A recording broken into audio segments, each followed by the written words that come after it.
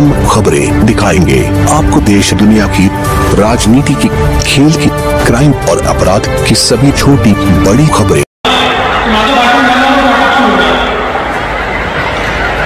30 जून 2023 मी या ठिकाणी आलो आणि जलजीवन मिशनच्या कामाचं भूमिपूजन केलं आणि त्याच वेळेस मी गंगापूर उपसा सिंचन योजनेच्या मंजुरीची प्रत घेऊन आलो आणि सांगितलं होतं जानेवारी महिन्यात पुन्हा येईल त्यावेळी भूमिपूजन या ठिकाणी या योजनेचं आम्ही करू।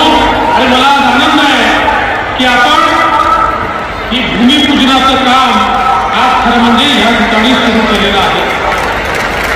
आज आपण पाहू शकतो जलजीवन मिशनचं जे काम सुरू केलं होतं त्याची कामं देखील जवळपास 1078 कोटी रुपयाचं काम आपण सुरू केलं होतं। 6 महिन्यापूर्वी भूमिपूजन झालं, 25% कामं ही त्याची पूर्ण झाली आहे। आपण शब्द पाळणारे लोक आहोत, आपण फसवणारे लोक नाही आहोत आणि आज या गंगापूर उपसा सिंचन योजनेचा लाभ 40 गावांना होणार आहे। या 40 गावातली 25,000 एकर जमीन ही पूर्णपणे सिंचनाखाली त्या ठिकाणी येणार आहे आणि हा एक असा युनिक कार्यक्रम आहे की ज्या कार्यक्रमामध्ये या ठिकाणी पूर्णपणे पद्धतीनं इरिगेशन करण्यात येणार आहे।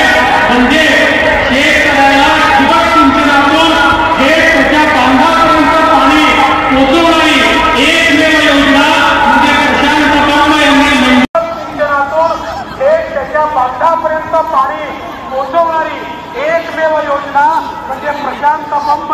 सोलारच्या म्हणजे लागणारी वीज देखील सोलारच्या माध्यमातून येईल।